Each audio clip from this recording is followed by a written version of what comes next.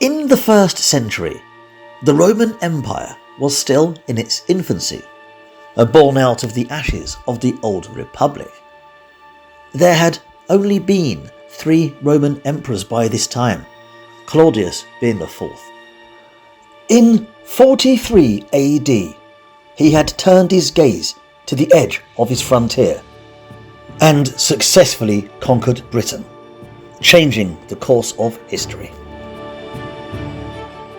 So, how much resistance did we give, and how Roman did we become?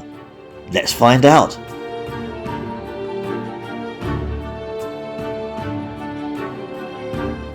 Britain had been conquered by the might of Rome and cowered into submission, although it hadn't been easy.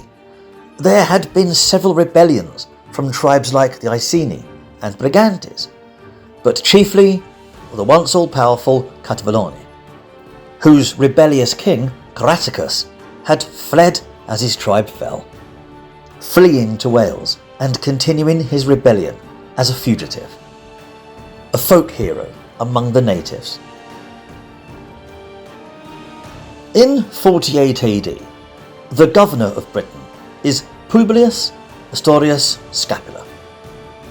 He's only had the job a year, and already he's had to put down those rebellions from the Iceni Brigantes, while pressing his campaign into Wales in the hunt for Craticus.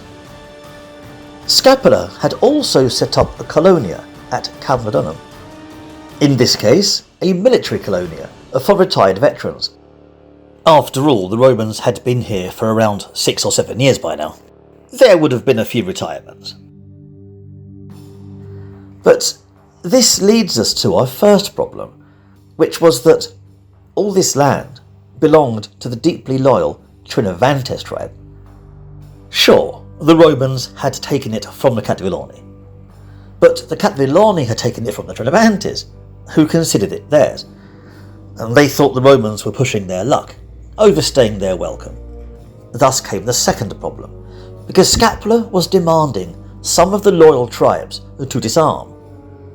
And to a warrior culture, this was deeply offensive. They were not prepared to simply hand over their weapons.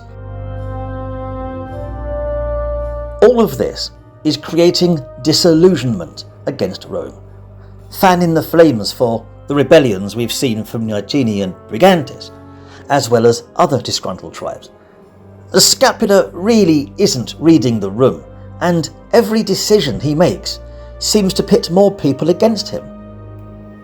He's becoming the perfect villain for rebel propaganda.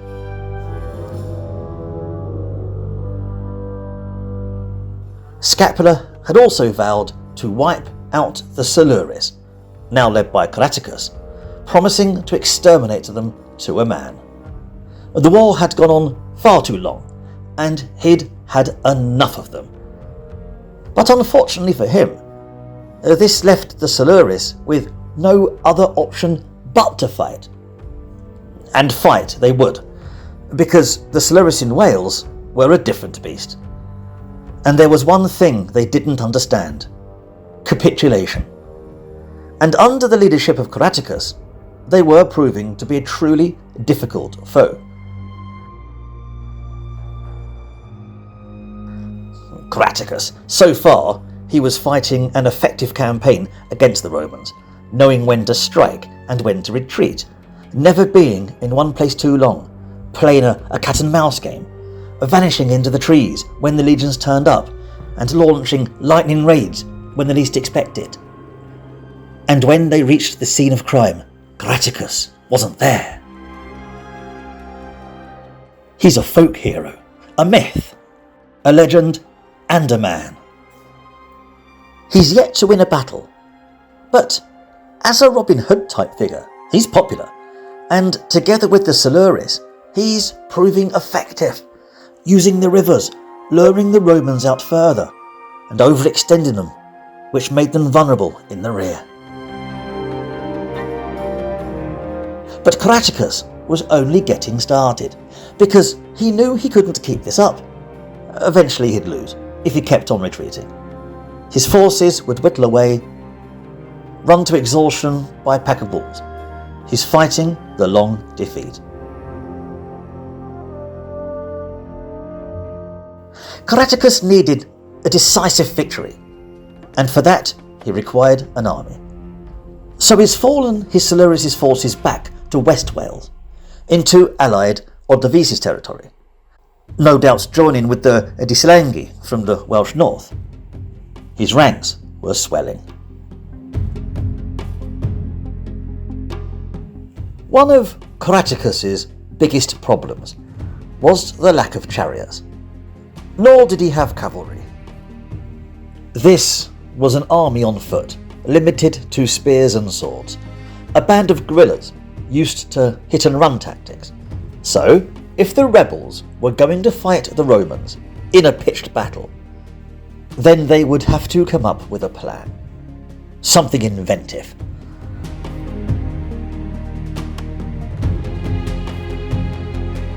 In 51 AD, after 9 seasons of campaigning, the time had come to face the might of Rome once more. No more guerrilla warfare, but pitched battle. One battle to push the Romans out of Welsh territory, and from there, Britain itself. They'd wipe them out. Caraticus then moved his army east in the hope of luring the Romans into a trap. They settled on a hill fort, possibly the one at Llanymynech in Shropshire. I mean, look at it. It's got good hills with high cliff-like rocks. It's got a long winding river that defends the town from the north. And history tells us that Caraticus' army was protected by natural hills and a long flowing river. One the Romans would have to navigate before they could engage the Celtic rebel horde, who'd be up there, waiting for them. As was the custom, the Celtic Britons also had families who came with them. It was pretty much the norm. After all, this was a defensive position, a hill fort, where they would be safe. And among these civilians was Caraticus' wife and daughter. It is written that his brothers were also there, no doubt in the fighting, but by brothers we don't really know if it refers to his siblings or brothers in arms. Either way, these were big stakes, and Caraticus is going all chips in. It was a battle he could not afford to lose.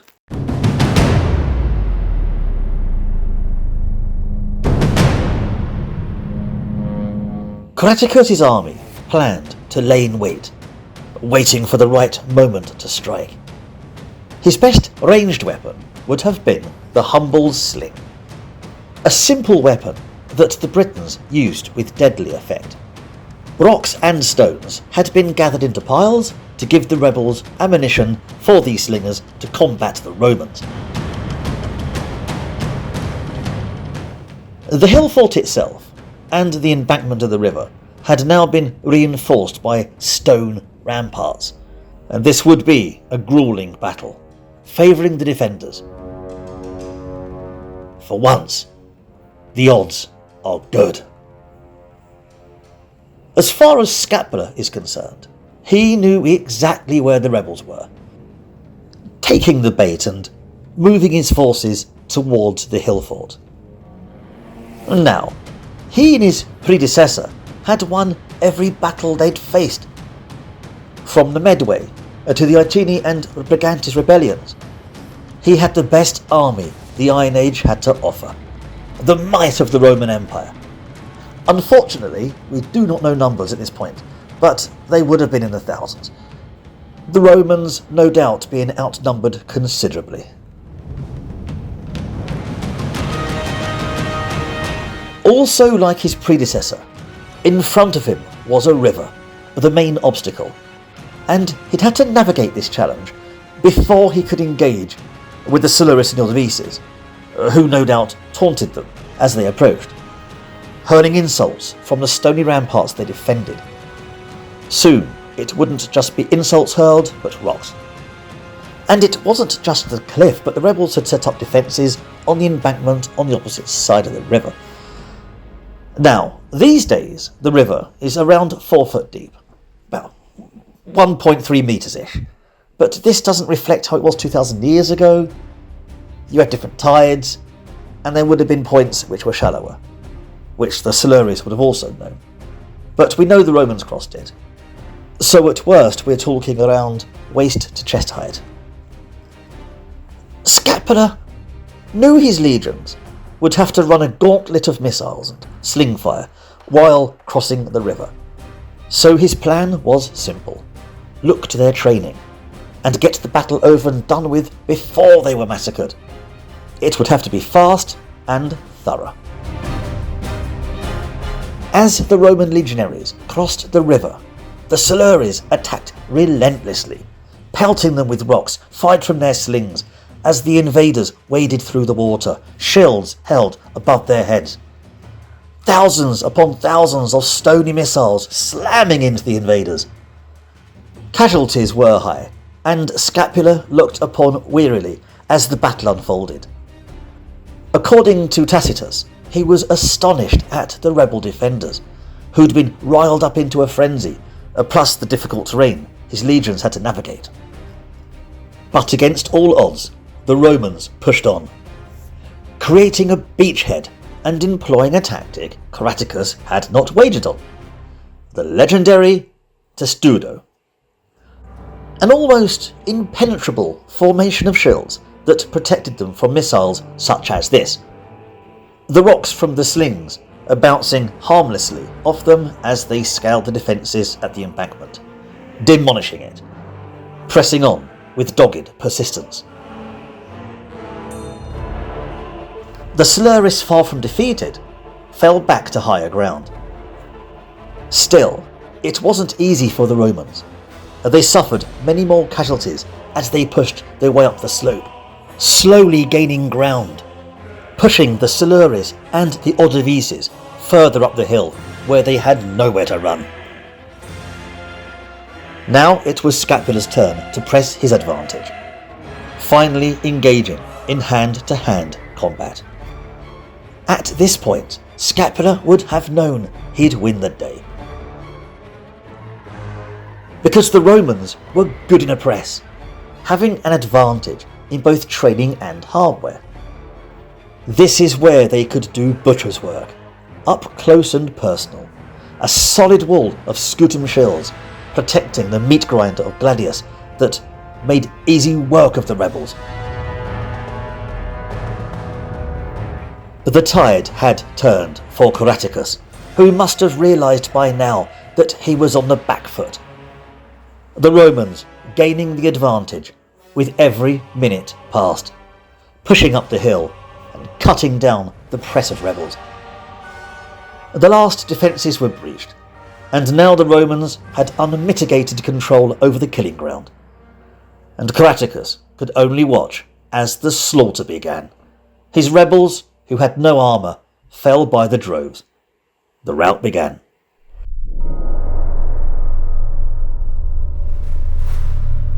Most were cut down, but those that could escaped. But what about our folk hero? What about Caraticus? Well, Caraticus would sacrifice everything for this rebellion.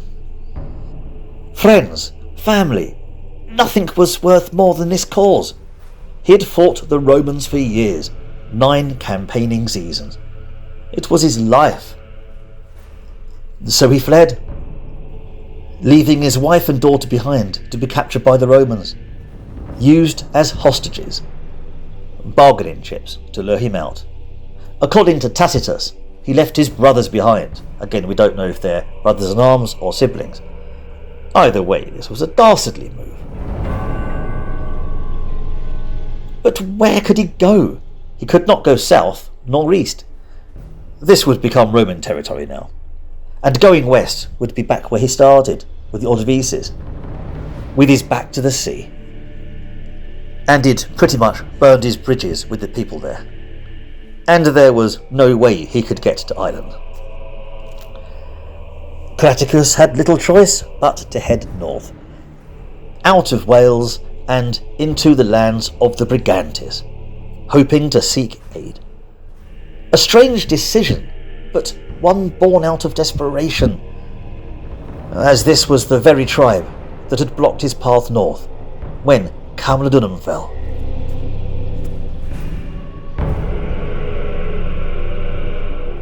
As we've seen in the previous video, the Brigantes controlled a vast region of the north, from like Cheshire to Newcastle, a huge amount of territory. They were similar to the Silures in that their culture is as far from Roman as you're going to get. No wheeled pottery, no coinage, but the similarities ended there, because while the Silures despised everything Roman, the Brigantes had a giant SPQR flag flying on the lawn, so to speak. They were very much clients of Rome. And in 51 AD, the Brigantes were led by a king called Venutius.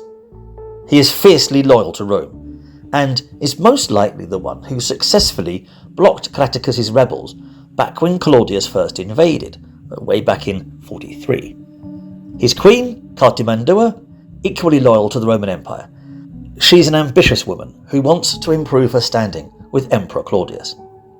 Now, the Brigantes were possibly not just one tribe, but a confederation of smaller tribes, each with their own internal politics and squabbles. Some were even anti-Roman, hence the discord that had led to a minor uprising several years back.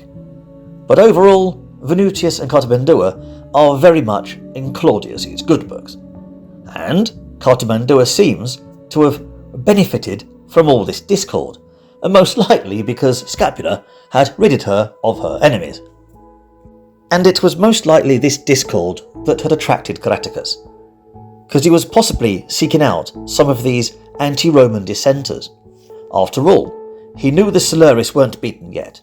If he could whip up support in the north, he could head an army down south in another attempt to drive the Romans out, this one bigger than ever. And Cartimandua might have been good for this rebellion, for she was seen as a personification of the goddess Brigantia, a powerful symbol. After all, Brigantia was the patron goddess of the Brigantes. She's the goddess of the north. If she could join his cause, imagine that. Now, we do not know this for sure, it's speculation. And Craticus would have known she was deeply loyal to Rome. Still, it's not that much of a stretch of the imagination, and it makes sense. Others say that they shared a family bond, like being cousins. Who knows? Unfortunately, when Craticus comes to Cartimandua seeking aid, she simply has him captured and slung in chains, and then hands him over to Scapula. The ultimate betrayal. And I bet Scapula couldn't believe his luck.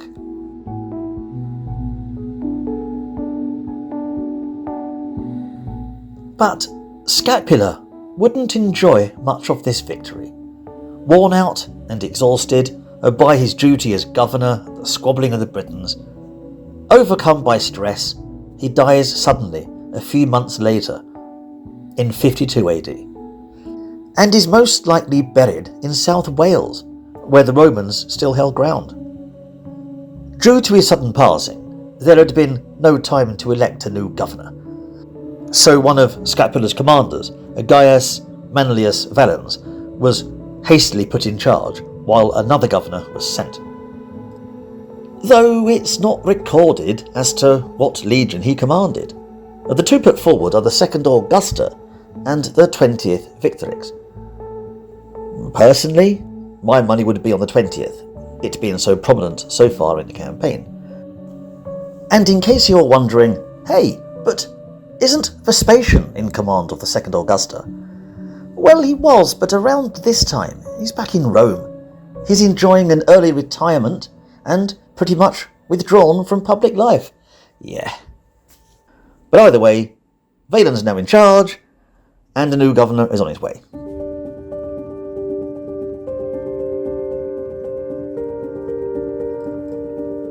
And following the treachery, the once proud king of the Catvilloni is dragged in chains to Rome to be executed as a mere rebel, along with his family. and it was most likely the first time he'd left the shores of Britannia, clearly not having been hostage to Rome during his youth, unlike other kings like Togodumnus.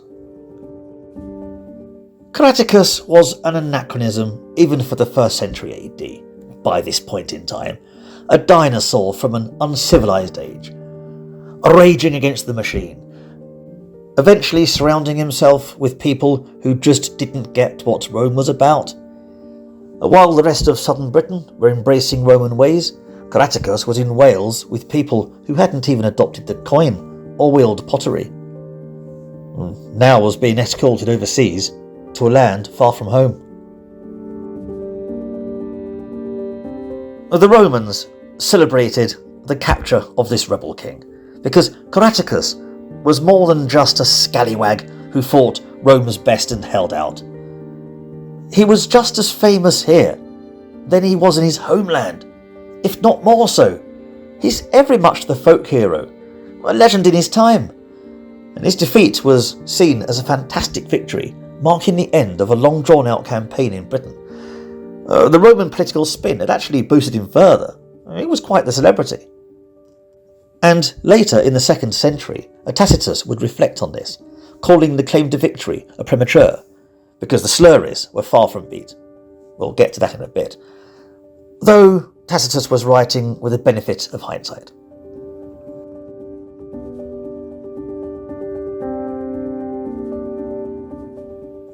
Now Claudius loved a spectacle, and in true Claudius style, Caraticus' execution was to be a grand spectacle, full of pomp and circumstance, akin to when Julius Caesar paraded Vercingetorix.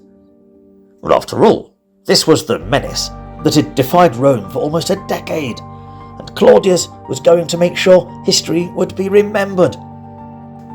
Even the mighty Julius Caesar hadn't managed this. He had scored a victory over the barbarians on the very edge of the empire, the very edge of the map. And here was the architect of all of Rome's pain.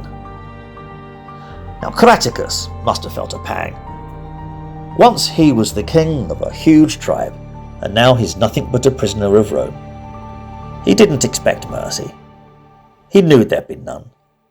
Nor would he have done to them if the situation was reversed.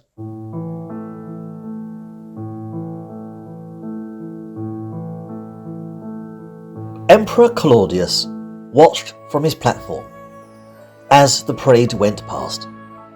The very might of Rome. A statement that he was, in fact, emperor. Part of this triumphal parade were the riches that once belonged to the barbarian king. It was everything Caraticus once owned. Now the property of this vast empire, carried in hand not by Romans but by his Briton retainers, now slaves, humiliation of the highest order. But the humiliation would not stop there. Caraticus was forced to watch as his wife, his daughter, and extended family were then forced to walk past the Roman emperor, heads bowed in shame, like all the others before them. Now it was Caraticus' turn to face the humiliation, himself forced to complete this black parade. Though we don't know if he was booed or cheered from the vast crowd that lined the streets. After all, he's quite famous. Did they treat him like a villain in a play? Like the theatre version of Lion King? When the cast all bow at the end, we all boo the actor who plays Scar, not because we don't like him, but because he played the villain so well. We'll never know. However, unlike the others, Caraticus refused to bow his head, defiant to the last. When he was set before the emperor's tribunal, he kept his head high, approaching where Claudius sat. If he was to die, he'd die the proud warrior he was. There he addresses the emperor. But Caraticus doesn't greet Claudius as a captive, but as an equal, one king to another. Unfortunately, we do not know the language Craticus used. Was it Latin? But after all, Craticus was Capilani. They were familiar with Romans' ways. It wasn't always a part of the Silures. Was there a translator? Tacitus doesn't mention this. But anyway, Craticus tells Claudius that in different circumstances, given his rank as king and his royal lineage, that he would not have come to Rome as a captive, but as a friend. If only fortune had been on his side, then he would have been standing here under an oath of peace. The fallen king explains his riches, his horses, his loyal troops, his weaponry, most of which were on display, and explains that it can be understood why he didn't want to part with any of it. Just because the Romans want to rule the world, does that mean everyone else has to live in slavery? Maybe fortune did smile, because if he would have quit and become prisoner, then neither him nor Claudius would have made history. Their fates were entwined, and he knew he wouldn't be prisoner for very long, but sent to oblivion. And then he asks Claudius for clemency, something that would truly mark this occasion and boosts Claudius' standing. So I can only imagine the crowd did like him then, otherwise he'd be a bit of a gamble, you know? And then, to everyone's surprise, Claudius does in fact grant him mercy. Not just him, but his wife, his daughter, his retainers. Full pardons. Yes, Graticus, the old rebel, is now a free man. The thorn in the Roman bum for so many years is free. Which of course does boost the emperor's ratings.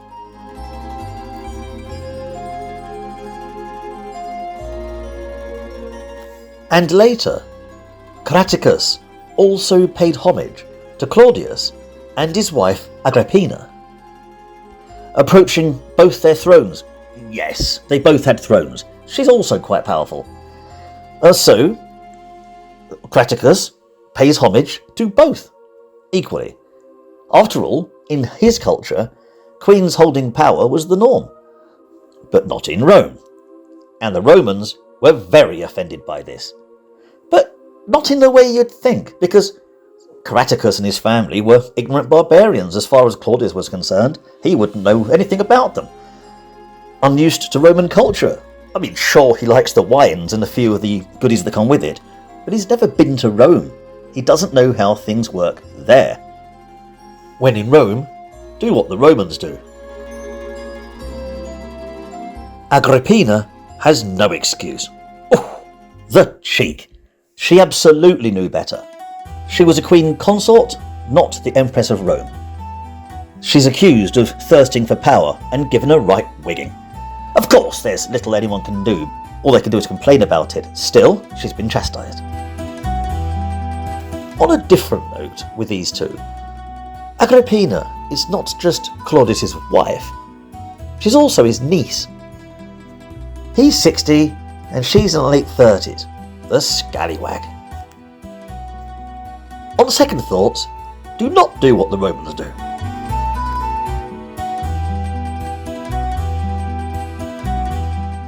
But as for Craticus, he's free to do what he wishes. He's even given a generous Roman pension. So it looks like he went native, remaining in Rome, spending his time gazing at the magnificent buildings, the likes of which he'd never seen. Unfortunately, we do not know how he lived his life. Though he most likely retired in a house somewhere in Rome, he simply drops from history, as the Romans would have had better things to write about. His family would have lived as Romans. He's most likely buried in Rome. Either way, it's quite a fitting end for the tale of Craticus, a tale that no one would have expected.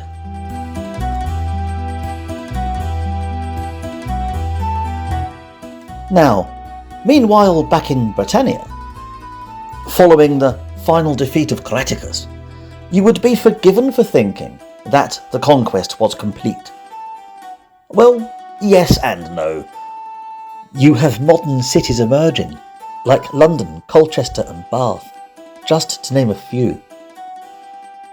So if you're in, say, St Albans, the chances are, underneath your feet is the legacy of this very period, from roads to temples. They came, they saw, they conquered. The period we call Roman Britain truly begins, and the legions would absolutely dominate the land, in southern England. Because the Romans haven't yet moved past the Humber, they don't have a presence in the north. The city of York won't even be founded for another couple of decades. Roman Britain is still very much a string of towns and forts on the very edge of a frontier. As for Venutius and Contimandua, they'd become estranged, split apart, and more infighting would occur with the Britons. That's the Brigantes for you.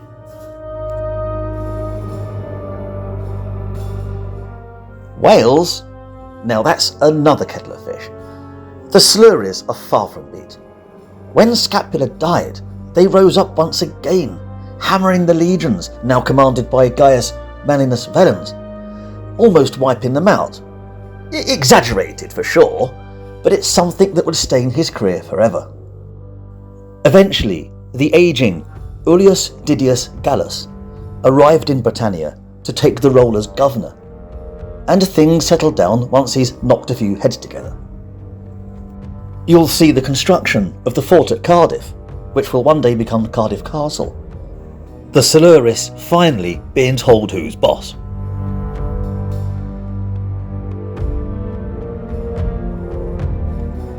But as for Claudius, he wouldn't enjoy his victory for long, as 3 short years later he would fall to poison, dying on the 13th of October, 54 AD.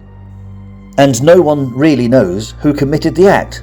Nudge, nudge, wink, wink, because all fingers pointed at his ambitious wife, Agrippina. As we know, she's an extremely powerful woman in her own right, and already had accusations of power-hungry ambitions thrown at her, following the debacle at the homage ceremony a few years back. So she's now accused of poisoning the emperor. Though given her status and control, it is unsurprising to learn that she was never punished for this, possibly getting away with murder. And with her husband gone, Agrippina has the perfect candidate for his replacement, her son. Now this isn't Claudius's son. She's married 3 times, Claudius being her 3rd husband. The son is from a previous chap. He is the infamous Lucius Domitius Ahenobarbus. Yeah, he changed his name. You'll know him as Nero. Yes, Nero. He's now the Emperor of Rome. He's only 16 years old. Yeah, maybe the accusations of ambition were correct after all. So there we have it. But I wish that more had been written about the retirement of Craticus. What happened to his daughter? Did she remarry? Did they have any descendants? Is there a family now in Italy who can trace their lineage back to this fabled folk hero? We only know he was pardoned and retired in Rome with a fat pension. So did he own a villa? It looks like he may have had the cash, at least to buy a decent house. And there are many of these places in towns and cities that can have things like an atrium. But I'm merely speculating. Although I've personally always envisioned an old man sitting in a tavern in Rome, regaling for just a denari or a cup of wine tales of his exploits in far-off lands, still mysterious to many Romans. Tales no doubt embellished with each retelling. The king who once defied the might of the Roman Empire. Gratias tibi ago pro spectantia. Thank you for watching.